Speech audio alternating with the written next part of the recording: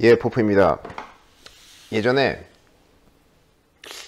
정확히 제목이 뭐였는지 기억 안 나는데 그 인터페이스를 만드는 거에 대해서 되게 뭐라고 했던 적이 한 번 있어요. 그래서 그때 아마 얘기했던 거는 이제 인터페이스를 만드는 이유의 기본은 폴리모피즘 때문이다. 다양성 때문이다. 근데 다양성이 아니라 인터페이스 하나에 임플리멘테이션 하나인 경우에 왜 인터페이스를 만드냐, 그런 경우를 너무 많이 요즘 봤다. 그때 웹회사에 있을 때였죠. 그러면서 했던 얘기가, 네가 임플리멘테이션 두 번째 거를 추가할 때, 당장 추가할 계획이 없는데 나중에 추가할 때 그 두 번째 게 존재하는지도 몰랐는데 네가 처음부터 인터페이스를 제대로 만들 수 있을 것 같냐. 어차피 인터페이스, 임플리멘테이션 둘 다 만들게 된다. 다 고치게 된다. 그럼 굳이 처음부터 인터페이스 만들었던 이유가 뭐냐 라는 얘기를 한 적이 있어요. 그러면서 뭐 아마 그때 비디오 제목이 지금 대충 생각이 나는데, 뭐 쓸데없는 인터페이스라던가 뭐 이런 얘기였던 것 같아요. 근데 인터페이스가 존재해야 될 경우는 분명히 있어요.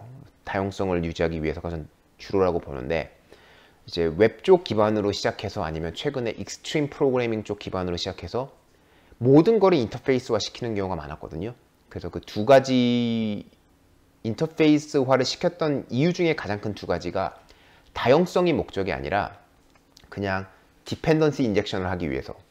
근데 디펜던시 인젝션을 하는데 어차피 임플리멘테이션 하나야. 그거 하고 두 번째가 이제 유닛 테스트를 하기 위해서. 그때 제가 이게 굉장히 안티 패턴이라고 얘기를 했던 것 같고, 뭐 유닛 테스트가 이제 굉장히 중요하게 여기는 이제 그런 뭐랄까, 종교라고 하긴 또 애매하고, 그런 순혈주의자들이 있긴 있어요. 사실은 그게 한동안 뭐 한 지난 몇 년 정도, 전 요즘은 많이 줄어든 것 같은데, 뭐 익스트림 프로그래밍이라던가 뭐 그쪽 개념, 뭐 그 테스트 만들어 놓고 유닛 테스트 패스하게 만드는 그런 부분, 이제 얘기, 그런 쪽의 진영인데, 그 부분에 대해서도 제가 한때 뭐라고 했죠. 그게 사실은 버그를 잡는데 크게 도움이 안 된다고. 그렇게 생각보다 그 할 시간이 있으면 차라리 엔드 투 엔드 테스트 만들라고. 그런 얘기를 하면서 제가 했던 얘기가, 그 유닛 테스트 하나를 하기 위해서 뭐 DI는 별개로 하고, DI는 뭐 별개로 하고, 유닛 테스트를 하기 위해서 인터페이스 떡칠한다는 것 자체가 말이 안 되지 않냐. 이거는 무슨 테스트를 위해서 라이브 코드를 바꾸고, 그리고 코드 유지 보수가 훨씬 더 힘들어지는 케이스인데 말이 안 되지 않냐 라는 얘기를 많이 했어요. 그러면서 제가 했던 얘기가, 이제 유닛 테스트가 이런 거는 오히려 인터페이스 건들지 않고 될 정도가 돼야 된다는 얘기를 되게 했던 것 같거든요. 근데 그 뒤에 이제 이거는 어디서 찾았냐면은, 그 스택 오버플로에 찾았던가, 아니면은 제가 마이크로소프트 MVP예요. 거기서 아마 파트너, 서드 파티 파트너가 저한테 공짜로 주는 라이센스가 있거든요. 그걸 보던가 둘 중에 하나였던 것 같은데, 그 서비스 중에 유닛 테스트 프레임워크 중에 C샵에서만 되는 거예요. 단넷에서만.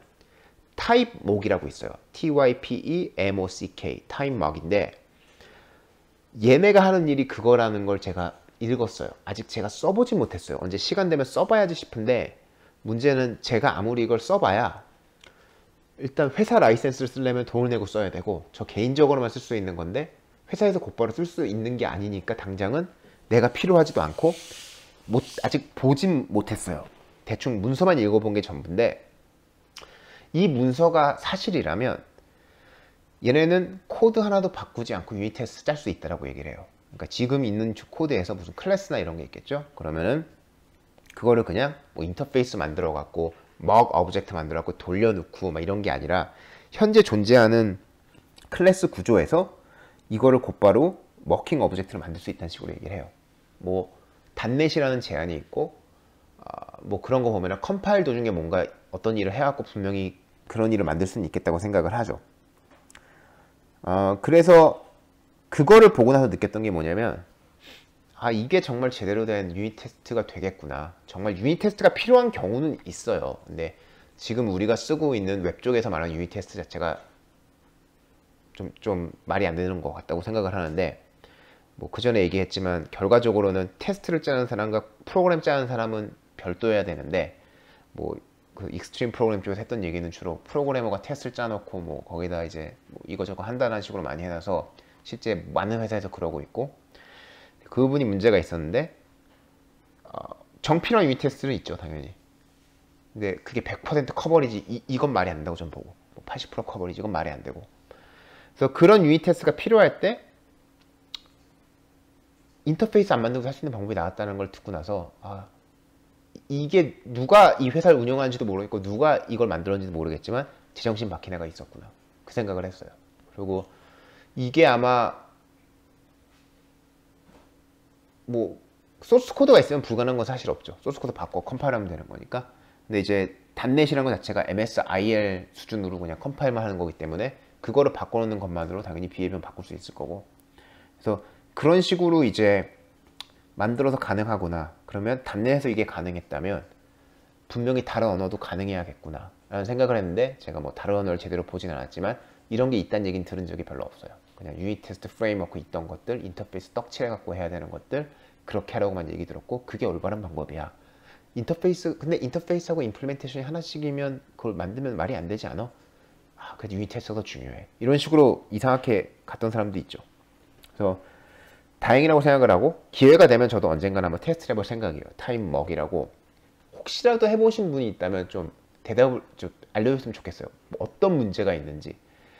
문서상으로는 정말 대단해 보여. 그리고 사람들이 써본 사람도 되게 좋다고 말을 해.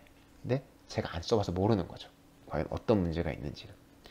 뭐 예전에 그 뭐지, 코드 컨트랙트인가, 그 단넷에 들어간 거 있어요. 코드 컨트랙트라고 이제 약간 좀 컴파일할 때 이상한 짓 해야 되는 거 있는데, 그것도 문서상으로는 정말 좋았거든요. 근데 써보기 시작하면서 이런저런 문제를 봤죠. 그래서 지금 회사에서 안 쓰고 있는데, 그래서 그 부분을, 그래서 그런 것처럼 뭔가 문제가 있을 수도 있다는 생각을 해요. 근데 코드 컨트랙트는 공짜 소프트웨어였고 타임먹은 돈 받는 소프트웨어니까 그것보다는 뭔가 제대로 하지 않을까 하는 그런 생각도 하지만, 그래서 타임먹 아이솔레이터가 아닐까 생각을 하는데 정확히 제품 이름은 모르겠고 타임먹.com 가보면 있고요. 혹시라도 써보신 분 있으면 알려주시면 좋겠다는 생각을 해요. 유닛 테스트 얘기가 나왔으니까 말인데, 이제 유닛 테스트가 이제 자바나 C샵에서 원활하지 못했던 이유는 이게 타입 언어이기 때문에 그런 것 같기도 해요. 일단 컴파일 해야 되는 언어고, 타입 언어라고 하면 컴파일 해야 되는 언어. 그래서 함수 이렇게 뭐 시그네처라던가 이런 게 컴파일 시에 알려져 있어야 되니까 그거를 갑자기 그 함수를 하나 뜯어 바꿔갖고 유닛 테스트라는 것 자체가 되게 어려운 거죠, 실행 도중에. 근데 그에 비해 제가 최근에 Node.js를 좀 했어요. 그냥 뭐 이상한 뭐 엄청난 프로젝트를 만든 건 아니고 개인적으로 해야 될 일이 있어서 뭐 강의 자료 준비할 때도 좀 써야 됐었고, 그래서 Node.js를 여기저기 좀 만졌는데 그러면서 유닛 테스트 조금 받고. 근데 이제 제가 자바스크립트를 별로 좋은 언어라고 보진 않았어요, 여태까지. 근데 그 와중에서도 자바스크립트 장점이 하나 있다면, 자바스크립트는 모든 걸 그냥 함수로 패스를 해버리잖아요. 이벤트 방식이라고 얘기도 하지만 결과적으로는 함수를 패스를 하는 건데, 그 함수 자체가 컴파일된 함수도 아니고 그냥 함수 코드잖아요. 그래서 이게 말하는 게 뭐냐면 인터페이스라는 개념 자체가 필요가 없다는 거예요. 함수의 그 시그네처 모양만 똑같다면은 인터페이스로 강요를 하지 않아도, 그냥 내가 원래 실행되는 임플리멘테이션이 있었는데 지금 유닛 테스트를 하고 싶어. 그럼 유닛 테스트용 함수를 집어넣으면은 그 유닛 테스트가 도는 거야. 그리고 필요한 거 머킹으로 빼버리고 그러면. 그래서 보면서 자바스크립트가 유닛 테스트에서는 정말 좋은 거구나, 이걸 하려면. 그래서 요즘 그 자바스크립트 기반의 유닛 테스트 프레임워크가 꽤 많잖아요. 뭐 모카도 있고 무슨 뭐 나이트 와치도 있고, 그런 것들을 보면서 이 언어가 뭐랄까 좀 까탈스럽지 못한 언어잖아요. 너무 느슨한 언어이기 때문에 오히려 이런 장점은 있구나를 봤어요. 그래서 그래, 자바스크립트 장점도 있구나. 유닛 테스트에서는 자바스크립트가 정말 좋겠구나. 똑같은 개념으로 함수형 프로그램도 되게 비슷하지 않을까 생각은 했어요. 근데 이제 뭐 함수형 프로그램이 스크립트 방식으로 도냐, 그러니까 실행 중에 코드 갖다 컴파일 하냐, 아니면 미리 컴파일 하냐, 두 가지 다른 방식이 있겠죠, 이미. 그래서 반드시 그거랑 접목시켜 같은 거라고 볼 수는 없지만, 자바스크립트 같이 실행 중에 그 함수 뭐 텍스트 파일이죠, 결과적으로는 그거를 이벨루에이션 해갖고 실행시키는 개념의 함수형 프로그램이 있다면 자바스크립트가 했던 똑같은 유닛 테스트 장점도 함수형 프로그램에 있다는 생각을 했어요. 그래서 근데 뭐 결과적으로 제가 뭐 그렇게 유닛 테스트의 큰 추종자가 아니기 때문에 뭐 정말 중요한 몇 가지 이런 것들을 하자주의지, 그 외에 굉장히 많은 것들은 오토메이트 테스팅이라던가 엔드 투 엔드 테스팅으로 가야 된다고 믿는 주의이기 때문에 뭐 그거 하나만으로 이 언어로 내가 옮겨 타겠다라는 생각은 들진 않을 것 같아요. 근데 그냥 오늘 하고 싶었던 얘기는 이제 타임먹 이 자체가 굉장히 뛰어난 라이브러리인지는 모르겠지만 이게 정말 좋은 라이브러리라면 이게 사실은 유닛 테스트를 쓰고 싶을 때 써야 되는 방법인 것 같고요.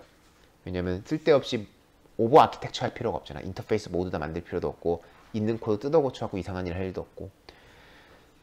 아니면 타임먹 자체가 아직은 완성이 안 됐더라도 이거는 제가 예측을 하기는 아직 어려운데 제 생각에는 이게 올바른 방법이라고 생각을 해요. 이게 언어적으로 지원을 해주든 아니면 타임먹처럼 이렇게 뭐 인터미디엇 랭귀지 수준에서 뭔가를 이상한 짓을 해갖고 끼워 맞출 수 있는 그런 라이브러리를 만드는 거든 간에 이 방향으로 가야만 테스트 라이트가 편해진다는 거죠. 그리고 심지어는 이게 마이크로소프트 비주얼 스튜디오 아마 엔터프라이즈 버전이었던 것 같은데 자동으로 유닛 테스트를 만들어주는 그런 기능도 만들고 있었어요. 그냥 최종적으로 나왔는지 모르겠지만 네 클래스가 있으면 이 클래스 함수를 내가 보고 알아서 유닛 테스트를 만들어 줄게 라는 걸 열심히 개발 중이긴 했어요. 나왔는지 모르겠어요. 그리고 심지어는 지금 지원하는 거는 마이크로소프트에서 또 지원하는 거는 이 유닛 테스트를 미리 만들어 놨잖아요. 그러면은 실행 도중에, 그러니까 웹서버 보통 .NET이나 .NET 코어 쪽인 것 같은데 ASP.NET이나 ASP.NET 코어 실행 도중에 자기네가 알아서 유닛 테스트를 실행한 다음에 이게 패스했는지 안 했는지 알려주는 그런 기능이 아마 들어왔다고 저는 들은 것 같아요. 그러면 유닛 테스트 보통 하면은 컴파일하고 따로 실행하지만 내가 디버깅 중에도 이제 실행이 되면서 보여준다는 얘기죠. 비슷한 기능으로는 또 제가 웹서버를 이제 로컬에서 돌리고 있을 때 이런 테스트 할 때 거기서 익셉션이 났으면 함수 위에다 이제 아이콘을 보여주면서 익셉션이 몇 번 났어 이런 것도 보여주긴 하거든요. 지금 유닛 테스트 돌리는 것도 거의 같은 개념일 테니까 그럴 것 같긴 해요. 네.